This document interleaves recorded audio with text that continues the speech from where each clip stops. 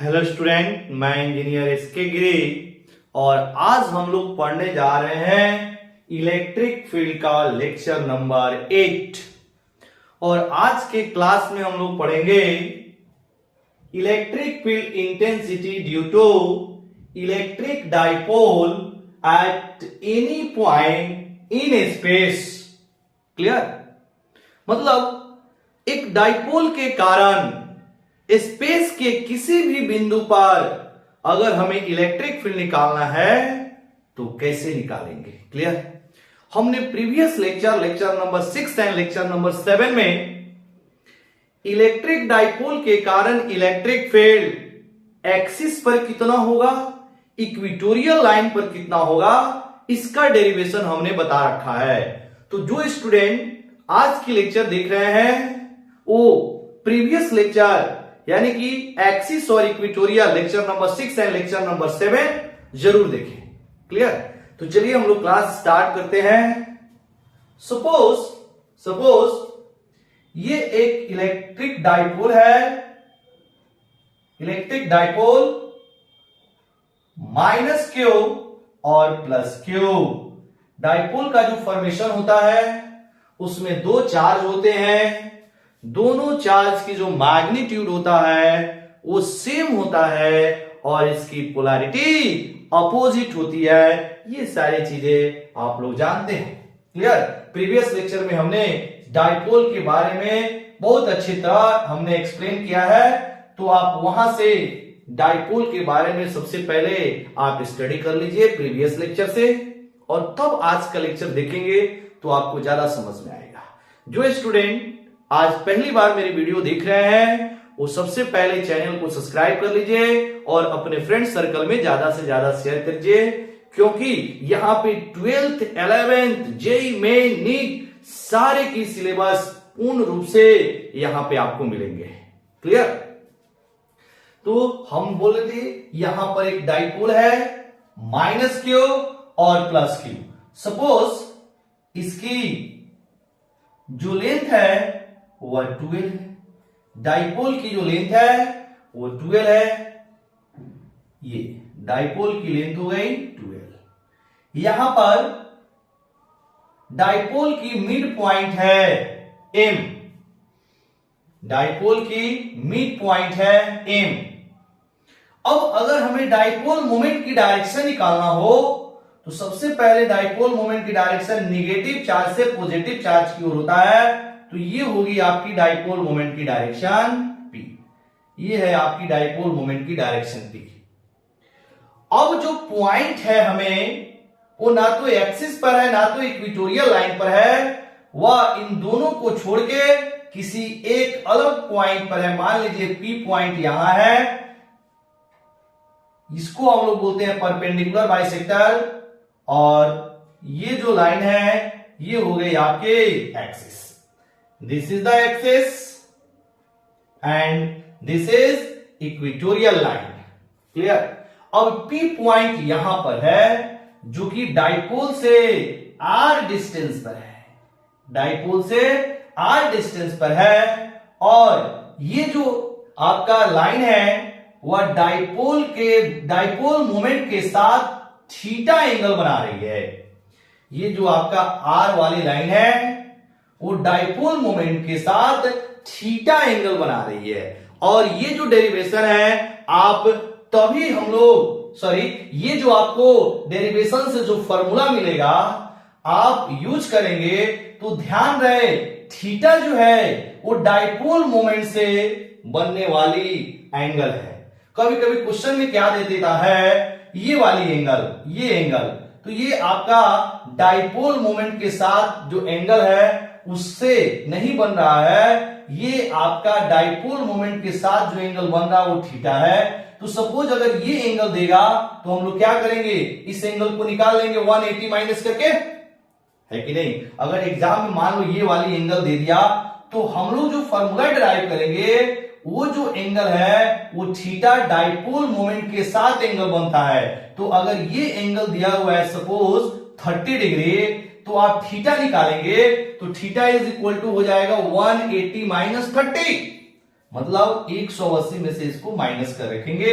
इसका अच्छा से ध्यान रहे, इस चीज का बहुत अच्छे से ध्यान रखेंगे कि जो आपके क्वेश्चन में एंगल दिया हुआ है वो क्या डाइपोल मोमेंट के साथ एंगल बन रहा है कि डाइपोल मोमेंट के साथ एंगल नहीं है।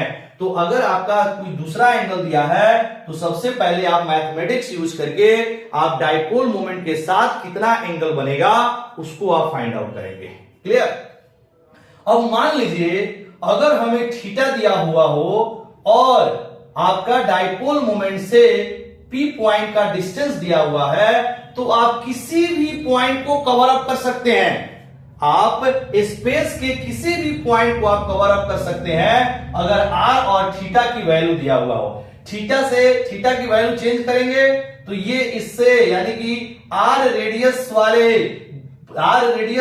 को मान लिया जाए तो इसके प्रत्येक पॉइंट की आप वैल्यू फाइंड आउट कर सकते हैं। अगर थीटा की वैल्यू बढ़ेगा या घटेगा, थीटा की वैल्यू अगर आपका बढ़ेगा या घटेगा तो आप इसके एंटी क्लॉकवाइज या क्लॉकवाइज के सारे वैल्यू को आप सारे पॉइंट को आप क्या कर सकते हैं फाइंड आउट कर सकते हैं। और आर का वैल्यू चेंज होगा तो आगे की पॉइंट या पीछे की पॉइंट को आप कवर अप कर सकते हैं। हमारे कहने का मतलब है कि अगर आर और थीटा दिया हुआ है तो स्पेस के सारे पॉइंट को आप कवर अप कर सकते हैं। ठीक है, चलिए अब हम लोग निकालते हैं पी पॉइंट पर इलेक्ट्रिक डाइपोल के कारण इलेक्ट्रिक फील्ड की वैल्यू।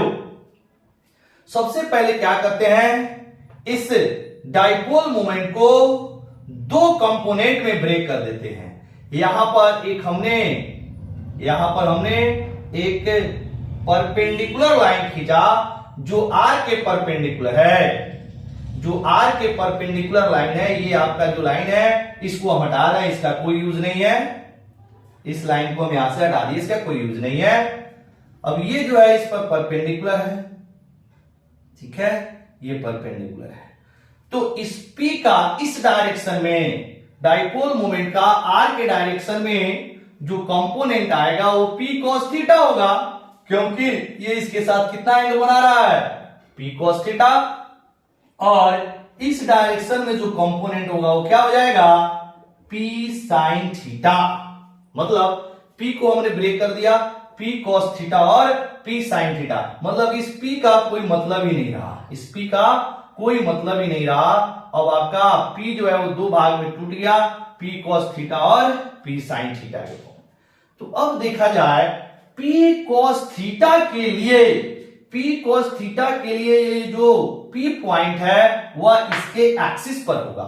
अगर P cos थीटा के लिए इस P पॉइंट को देखा जाए तो एक्सिस पर होगा, क्योंकि अब आपका डाइपोल मोमेंट ये जो आपका P था वो दो भाग में टूट चुका है, P cos थीटा और P sin थीटा। तो P cos थीटा के लिए जो P है वह एक्सिस पर है।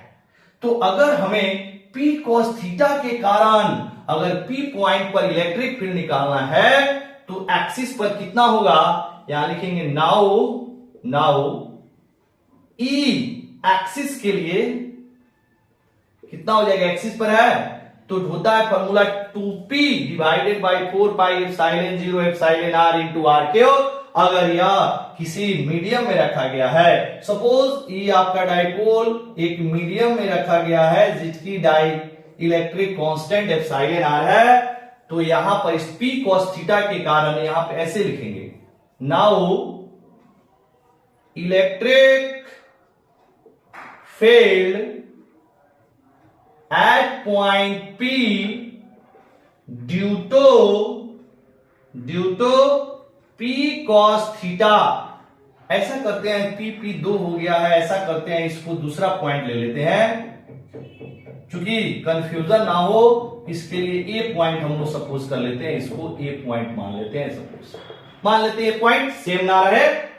तो electric field at point A due to P cos theta is क्या बनेगा बाबू, P cos थीटा के लिए एक्सिस पर है क्योंकि इसी लाइन के लॉन्ग है तो ये एक्सिस पे होगा।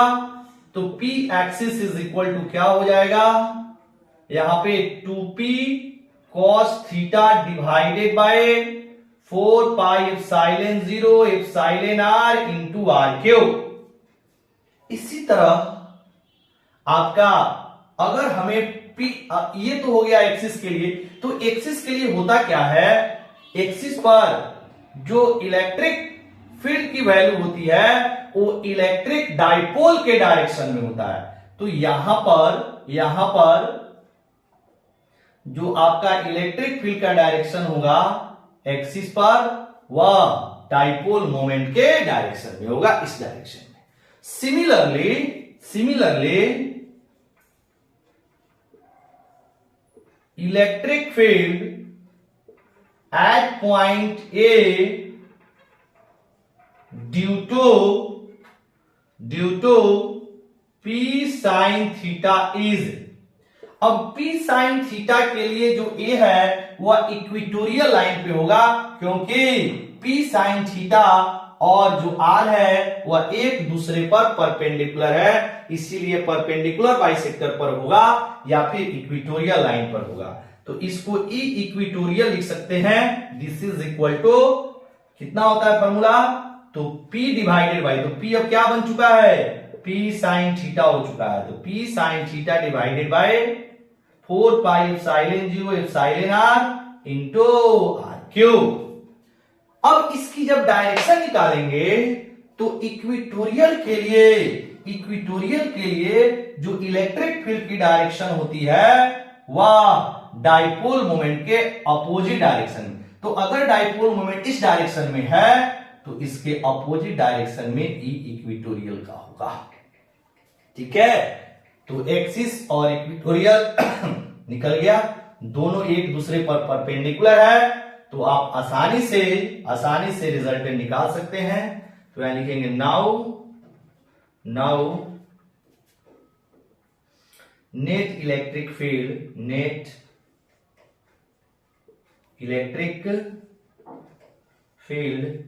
एट पॉइंट ए पर नेट इलेक्ट्रिक फील्ड क्या हो जाएगा, ए इज इक्वल टू, जब दो वेक्टर एक दूसरे पर परपेंडिकुलर होता है, सपोज यहां पर मान लीजिए दो वेक्टर ए और बी दिया हुआ है, अगर ये दोनों एक दूसरे पर परपेंडिकुलर है तो रिजल्टेंट होता है A square plus B square plus 2ab cos 90। तो cos 90 के कारण सारा वैल्यू 0 हो जाएगा, तो ये आपका ए स्क्वायर प्लस बी स्क्वायर। तो उसी तरह आपका ई एक्सिस और इक्वेटोरियल एक दूसरे पर परपेंडिकुलर है, तो ये हो जाएगा ई एक्सिस का स्क्वायर प्लस ई इक्वेटोरियल का स्क्वायर। अब वैल्यू रख देंगे यहां पर, E is equal to E axis इस पूरे वैल्यू का स्क्वायर, यानी कि 2p cos theta divided by 4 pi epsilon 0 epsilon r into are cube, इन सबका स्क्वायर आप plus p sin theta divided by 4 pi epsilon 0 epsilon r into are cube का whole square, सबका एक साथ अंडर रूट। ई एक्सिस और equatorial रख दिया। ठीक है, इसके बाद अब इसको सॉल्व करेंगे तो देखना जो कॉमन है, यहां पर क्या कॉमन है, p divided by 4 pi epsilon 0 epsilon r into are cube, इसमें भी है p डिवाइडेड बाय, ये सब स्क्वायर के स्क्वायर होगा और वो बाहर निकलेगा, तो आपका बच जाएगा अंदर क्या देखना। चलिए आप इसको पॉज करके नोट कर लीजिएगा, पॉज करके आप इसको नोट कर लेंगे। हम यहां से इसको मिटा रहे हैं, आप सारी चीजों को पॉज करके यहां तक नोट करेंगे। अब ये चीज है, अब इसमें कॉमन आ गया, देखना क्या, तो p divided by 4 pi epsilon 0 epsilon r into are cube का होल स्क्वायर, ये कॉमन हो गया, तो बच जाएगा क्या, बच जाएगा आपका p 2p cos थीटा का whole square, 2p cos theta का whole square plus p sin theta का होल स्क्वायर, ऐसे है। अब इस सबका अंडर रूट है, this is equal to electric field. अब यहां से इलेक्ट्रिक फील्ड निकालेंगे तो ये बाहर निकल जाएगा, स्क्वायर से अंडर रूट कैंसिल हो जाएगा, p divided by 4 pi epsilon 0 epsilon r into are cube बाहर निकल गया, तो अंदर क्या बचा, ये हो जाएगा 4, सॉरी पी कहां से आ गया, पी तो कॉमन आ चुका है, I am very very sorry, P तो बाहर आ चुका है जी, तो पी यहां पे रहेगा नहीं, पी बाहर आ चुका है, तो ये हो जाएगा 4 cos square theta plus sign square theta. P actual में बाहर आ चुका है, यहां से गलती से आपसे लिखा गया पी, पी नहीं होगा, पी बाहर आ चुका है, ये आ जाएगा। This implies sorry this is equal to P divided by 4 pi epsilon 0 epsilon r into are cube, और जब इसको सॉल्व करेंगे तो ऐसे लिख सकते हैं का 3 cos square theta plus cos square theta, 4 cos square theta को ऐसे लिखा जा सकता है, अब प्लस हो जाएगा साइन स्क्वायर थीटा, अब cos square theta plus sign square theta ये कितना हो जाएगा बाबू 1 के बराबर, तो P divided by 4 pi epsilon 0 epsilon r into are cube root under 3 cos square theta plus 1, sine square theta plus cos square theta कितना होता है 1 के बराबर, तो ये आ गया आपका electric field at any point due to dipole, किसी भी पॉइंट पर डाइपोल के कारण जो इलेक्ट्रिक फील्ड की फॉर्मूला होगी वह यही होगा, कहां पर, तो मीडियम में। अगर ये डाइपोल एयर में रखा हुआ है या वैक्यूम में रखा हुआ है, इन एयर और वैक्यूम दोनों में कहीं पर भी रखा हुआ है, तो एप्सिलॉन आर का मान 1 हो जाएगा, तब आप इलेक्ट्रिक फील्ड निकालेंगे तो this is equal to P into 3 cos square theta plus 1 divided by 4 pi epsilon 0 into are cube. तो डाइपोल के कारण स्पेस के किसी भी बिंदु पर अगर हमें इलेक्ट्रिक फील्ड निकालना है तो इस फॉर्मूला को यूज करेंगे। अगर थीटा की वैल्यू 0 हो जाए, थीटा की वैल्यू 0 हो जाए तो ये जो आप ए पॉइंट है, हम लोग पी पॉइंट को नाम बदल के ए रख दिया है, तो ये जो ए पॉइंट है वो कहां पे चला जाएगा, एक्सिस पे चला जाएगा, और अगर थीटा की वैल्यू 90 डिग्री कर दे तो आपका जो ए पॉइंट है वो डाइपोल की इक्वेटोरियल लाइन पे चला जाएगा, है कि नहीं। अब आपको ई की डायरेक्शन निकालना है, ई की डायरेक्शन निकालना है, तो ई की डायरेक्शन कैसे निकलेगा, सबसे पहले सपोज आपका ई इक्वेटोरियल और ई एक्सिस का जो रिजल्टेंट ई है, मान लिया कुछ इस डायरेक्शन में जा रहा है, ई की डायरेक्शन हमने मान लिया ऐसे, जो ई एक्सिस के साथ सपोज अल्फा एंगल बनाती है, ई एक्सिस के साथ सपोज अल्फा एंगल बनाती है, तो आप यहां से tan अल्फा निकाल सकते हैं, यहां से इसको हटा रहे हैं, यहां से आप tan अल्फा निकाल सकते हैं, यहां से tan alpha is equal to, ये आपका परपेंडिकुलर हो जाएगा, ये बेस हो जाएगा, तो tan alpha is equal to E equatorial, E equatorial की जो वैल्यू अभी आया था वो क्या आया था, P sine theta divided by 4 pi epsilon 0 epsilon r into are cube, आप फिर whole divided by E axis 2p cos theta divided by 4 pi epsilon 0 epsilon r into are cube. अब ये टर्म से ये टर्म पूरा पूरा cut रहा है, अच्छा p से ये p कट रहा है, ठीक है, तो ये आपका आ जाएगा tan of alpha is equal to, यहां पर हो गया आपका value sine theta divided by, ये आ जाएगा आपका 2 cos theta, sine theta divided by 2 cos theta. अब जब इसको हम लोग सॉल्व करेंगे तो tan alpha is equal to, यहां से मिलेगा साइन थीटा बटा cos theta is equal to tan theta, यानी tan theta by 2, tan alpha is equal to हो जाएगा tan थीटा बाई 2। तो यहां से अल्फा आप आसानी से निकाल सकते हैं, यहां से हो जाएगा alpha is equal to tan inverse tan theta by 2, tan inverse tan theta by 2, ये आ जाएगा आपका ई की डायरेक्शन, ई की डायरेक्शन। ठीक है, अल्फा की वैल्यू निकल गई। तो अगर इस डाइपोल के डाइपोल मोमेंट जो ओरिजिनल डाइपोल था वह कुछ ऐसे था, इसकी तो कंपोनेंट हमने तोड़ा है P cos थीटा और P sin थीटा, तो इस P के साथ जो E एंगल बनाएगा वो कितना बनाएगा, theta plus alpha, theta plus alpha. तो यहां पर अब इसको हम मिटा ले रहे हैं, यानी कि आप इस फिगर से देख सकते हैं कि इस डाइपोल मोमेंट के साथ P के साथ जो आपका E एंगल बना रहा है वो यहां पर थीटा है, यहां पर अल्फा है, तो थीटा प्लस अल्फा। तो यहां पर लिखेंगे the direction of E electric field E is make angle theta plus alpha with dipole moment P।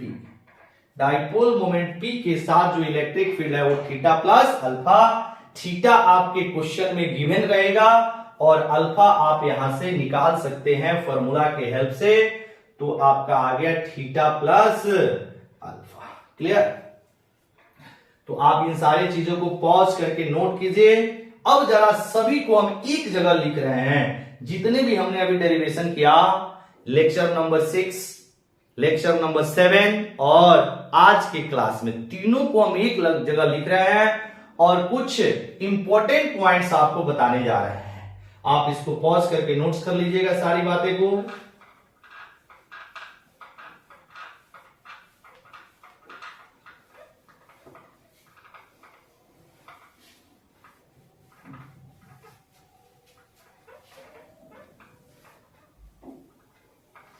चलिए अब एक जगह हम लिख रहे हैं नोट करके, किसी डाइपोल की एक्सिस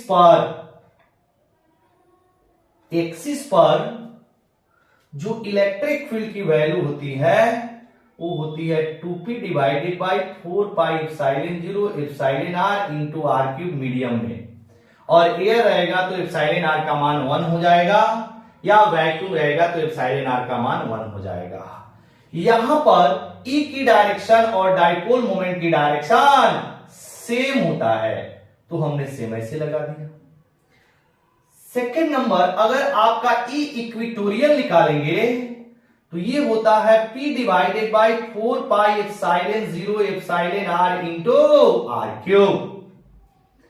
ये हो गई इसकी मैग्नीट्यूड। अगर इसको डायरेक्शन के फॉर्म में लिखे, वेक्टर के फॉर्म में लिखे, तो E इक्वेटोरियल की जो डायरेक्शन होता है डाइपोल मोमेंट के अपोजिट डायरेक्शन में होता है, तो अपोजिट में यहां माइनस लगा देंगे, अपोजिट में यहां हम माइनस लगा देंगे, क्योंकि इलेक्ट्रिक फील्ड और डाइपोल मोमेंट जो है वो अपोजिट डायरेक्शन में। क्लियर? और किसी भी पॉइंट पर, स्पेस के किसी भी पॉइंट पर जो इलेक्ट्रिक फील्ड की वैल्यू आ रही है, electric field at any point is equal to P divided by 4 pi epsilon 0 epsilon r into r cube and root under 3 cos square theta plus 1। और यहां पर जो थीटा है वह डाइपोल मोमेंट के साथ जो एंगल बनता है R का वह है, यानी यहां पर जो थीटा है, थीटा क्या है, theta angle made by vector R with dipole moment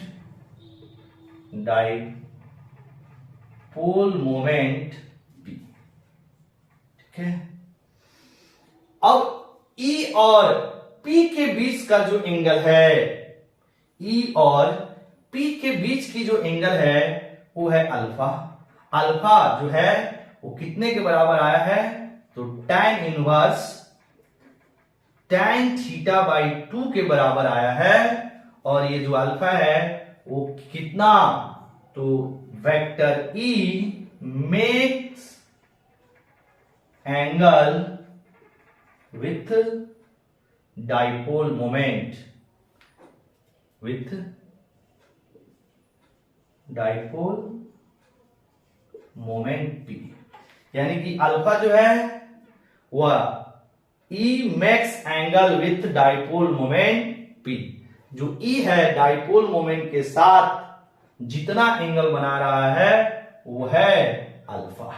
ठीक है, तो ये है आपका डाइपोल के तीन स्थितियों में, तीन पोजीशन पर इलेक्ट्रिक फील्ड की वैल्यू, एक्सिस पर, इक्वेटोरियल लाइन पर, या इक्वेटोरियल और एक्सिस को छोड़ के किसी भी पॉइंट पे इलेक्ट्रिक फील्ड की वैल्यू का यह एक्सप्रेशन है।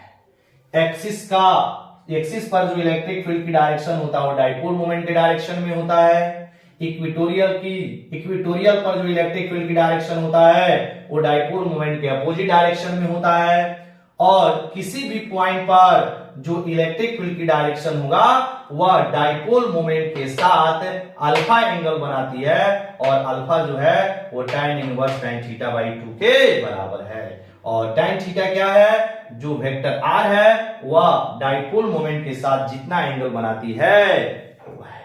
यानी कि अगर इसको हम लोग एक फिगर में भी देख ले, सपोज ये आपका डाइपोल है, ये हो गई आपका -q +q, यहां पर इसकी मिड पॉइंट है, सपोज डाइपोल लेंथ 12 है, ये आपका इक्वेटोरियल लाइन है, सपोज एक बार आपका ये पॉइंट मान लो यहां पर है, सपोज आपका एक बार ये पॉइंट या पी पॉइंट जो बोलिए यहां पर है, और एक बार आपका ये पॉइंट यहां पर है जो डाइपोल मोमेंट के साथ थीटा एंगल बना रही है। यानी कि इसमें डाइपोल मोमेंट की जो डायरेक्शन है वो कुछ इस डायरेक्शन में है, मतलब एक्सिस यानी इस डायरेक्शन में डाइपोल मोमेंट की डायरेक्शन ऐसे मान लीजिए, डाइपोल मोमेंट की डायरेक्शन ऐसे मान लीजिए, ये सब यहां से ये आर डिस्टेंस, तो तीनों एक्सिस पर, इक्वेटोरियल लाइन पर और स्पेस के किसी भी पॉइंट पर इलेक्ट्रिक फील्ड की जो वैल्यू है उसका एक्सप्रेशन हमने देखा। सेकेंड पॉइंट क्या है इसकी, नोट का जो अगला पॉइंट है, इन तीनों पॉइंट को छोड़ के अगर हम लोग नेक्स्ट पॉइंट, चौथे पॉइंट की बात करें, तो डाइपोल के कारण जो इलेक्ट्रिक फील्ड होती है, डाइपोल के कारण जो इलेक्ट्रिक फील्ड होती है, it is inversely proportional to 1 by r cube, directly proportional to 1 by r cube. Dipole के लिए जो इलेक्ट्रिक फील्ड होता है वो directly proportional to 1 by r cube, या इसको ऐसे भी लिख सकते हैं r की पावर -3। याद रखेंगे ये किसके लिए है, तो फॉर इलेक्ट्रिक डाइपोल। अगर क्वेश्चन में पूछता है कि इलेक्ट्रिक डाइपोल है, उसके लिए इलेक्ट्रिक फील्ड किसके डायरेक्टली प्रोपोर्शनल होगा, तो 1 by r क्यूब बोलिए या r की पावर -2 बोलिए। बट पॉइंट चार्ज के लिए हमने इलेक्ट्रिक फील्ड का एक्सप्रेशन बताया है कि अगर एक पॉइंट चार्ज है, एक पॉइंट चार्ज q है, इससे r दूरी पर अगर हमें इलेक्ट्रिक फील्ड निकालना है तो 1/4 pi epsilon 0 into q divided by r square. तो पॉइंट चार्ज के लिए यहां पर r स्क्वायर होता है, बट डाइपोल के लिए r क्यूब होता है। तो इसको अगर हम लोग पांचवें पॉइंट में लिखे तो electric field is directly proportional to 1 by r square या r की पावर -2 किसके लिए, तो याद रखेंगे फॉर पॉइंट चार्ज अगर क्वेश्चन में गिवन है तो पॉइंट चार्ज के लिए जो इलेक्ट्रिक फील्ड है वो directly proportional to 1 by r square या r की पावर -2, या डाइपोल अगर लिखा हुआ है तो directly proportional to r cube या r की पावर -3। इसको अच्छे से ध्यान रखेंगे, कई बार ऐसा क्वेश्चन बोर्ड एग्जाम में पूछा जाता है, कभी डाइपोल दे देता है तो कभी पॉइंट चार्ज देता है। तो डाइपोल अगर दिया हुआ है तो डाइपोल के केस में electric field directly proportional to 1/r³ पे r⁻³ और पॉइंट चार्ज के केस में electric field directly proportional to r² या r⁻²। इसको अच्छे से ध्यान रखेंगे, कई बार बच्चे गलत कर लेते हैं, क्वेश्चन अच्छे से पढ़ते नहीं है। डाइपोल है कि पॉइंट चार्ज है और इसमें गलत कर जाते हैं, तो इसको अच्छे से आप ध्यान से देख के जाएंगे। क्लियर? चलिए अब हम लोग क्वेश्चंस करते हैं। ये था आपके 3 स्थिति में 3 पोजीशन पर इलेक्ट्रिक डाइपोल के कारण इलेक्ट्रिक फील्ड। अब हम लोग चलते हैं इसके क्वेश्चन पे। एक क्वेश्चन है उसको लिखते हैं हम लोग, आप लोग पॉज करके इसको नोट कर लीजिए।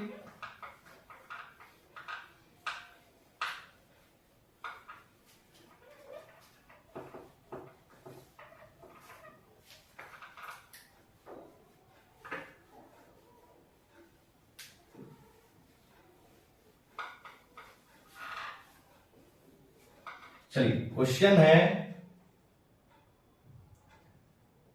an electric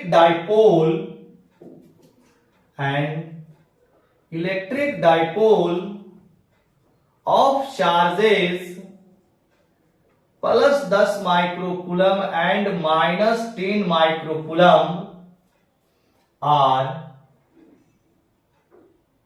placed in air, the dipole length is 2 mm. Full stop. Find the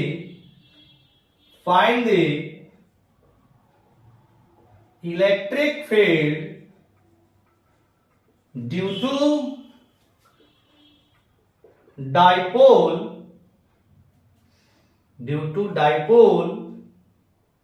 एक नंबर में on its axis at 2 metre distance, and second number में on its equatorial line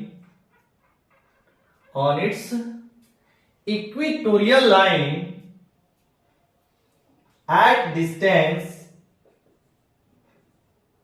3 metre, on its equatorial line at distance 3 metre. तो ये है हम लोग का question.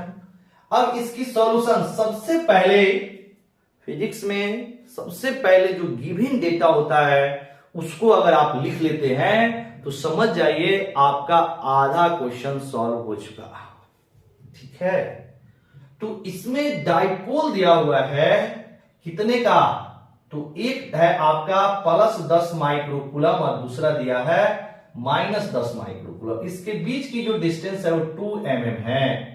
तो यहां पर डाइपोल के चार्ज की मैग्नीट्यूड लेते हैं, फॉर्मूला में डाइपोल के चार्ज की मैग्नीट्यूड लेते हैं डाइपोल मोमेंट निकालने के लिए, और फॉर्मूला में डाइपोल मोमेंट होता है। तो सबसे पहले चार्ज की जो मैग्नीट्यूड है वो 10 माइक्रोकूलम हो जाएगा, 10 इंटू 10⁻⁻6 कूलम, और जो 12 है 12 की वैल्यू हो जाएगी 2 mm, this is equal to 2 into 10⁻³ metre. अब यहां से आप पहले डाइपोल मोमेंट निकाल सकते हैं Q इंटू 12 करके। Dipole moment is equal to होता है Q इंटू 12, तो Q की वैल्यू 10 इंटू 10⁻⁻6 और 12 की वैल्यू हो जाएगी 2 इंटू 10⁻⁻3। सॉल्व करेंगे तो 20 into 10⁻⁹ coulomb metre dipole moment निकल गया। अब चलते हैं पहला क्वेश्चन में, बोल रहा है कि on its axis at distance 2 metre या एट 2 मीटर डिस्टेंस, यानी कि एक्सिस पर निकालना है जहां पर आर की वैल्यू कितना दिया है 2 मीटर, यानी कि डाइपोल के एक्सिस पर जो आपका इलेक्ट्रिक फील्ड की फॉर्मूला है उसको यूज करेंगे, लेकिन यहां पर डिस्टेंस कितनी है 2 मीटर है। तो यहां पे लिखेंगे we know that E axis पर जो वैल्यू होता है P divided by 4 pi epsilon 0 into r cube, because आपका डाइपोल कहां रखा हुआ है? एयर में। अगर डाइपोल एयर में रखा हुआ है तो एक्सिस पर, सॉरी यहाँ 2 छूट रहा है, एक्सिस पर 2p divided by 4 pi epsilon 0 into are cube हो जाएगा। अब यहां पे आप सारा वैल्यू को रख सकते हैं इस तरह, 1/4 pi epsilon 0 into 2p divided by r cube ऐसे कर दीजिए। 1/4 पाई एप्सिलॉन 0 इंटू 9 इंटू 10⁻⁹ हो जाएगा, और 2 का 2 हो गया। अब p की वैल्यू आप यहां से लिख सकते हैं 20 इंटू 10⁻⁻⁹ और whole divided by r cube. 2 का क्या है? क्यूब करना है, तो 2 into 2 into t is equal to 2 का क्यूब हो जाएगा 8। क्लियर? अभी ये 9 से ये 9 कट जाएगा। अब देखिएगा, इसके बाद यहां लिख रहे हैं, इसके बाद यहां लिख रहे हैं, देखिए बॉक्स बना के यहां पे लिख रहे हैं E axis. E axis is equal to हो जाएगा, ये हो जाएगा 40। ठीक है, काट दे रहे हैं यहीं से, 8 × 5 = 40 कट जाएगा, सीधा आ जाएगा ई एक्सिस। यहां लिखने की कोई जरूरत ही नहीं है। E axis is equal to हो जाएगा 9 न्यूटन पर कूलम्ब। यहां से 2 का क्यूब 8 और ये आपका 40 से कट जाएगा 9 न्यूटन पर कूलम्ब। तो पहला का जो आंसर आएगा वो आ जाएगा 9 न्यूटन पर कूलम्ब। आप इसको पॉज करके नोट कर लीजिए, आप इसको पॉज करके नोट कर लेंगे। जो वैल्यू आ रहा है वो आ रहा है 9 न्यूटन पर कूलम्ब। पॉज कीजिए, नोट कीजिए। अब इसका दूसरा वाला चलते हैं, सेकंड वाला। सेकंड वाले के लिए आर की जो वैल्यू वो चेंज कर रखा है। आर की वैल्यू है 3। सेकंड नंबर में आर की जो वैल्यू वो 3 मीटर है। अब हमें ई इक्वेटोरियल निकालना है, तो we know that E equatorial होता है p divided by 4 pi epsilon 0 into are cube. ये 4 पाई एप्सिलॉन 0 इसलिए क्योंकि एयर में दिया है, डाइलेक्ट्रिक कांस्टेंट का वैल्यू हो जाएगी 1। अब यहां पर p की वैल्यू रख देंगे, पहले ऐसे कर लो, 1/4 pi epsilon 0 into p divided by r cube, ऐसे लिख लेते हैं इसको, आर क्यूब है। This is equal to 9 into 10⁻⁹। अब p की वैल्यू दिया हुआ है 20 इंटू 10⁻⁹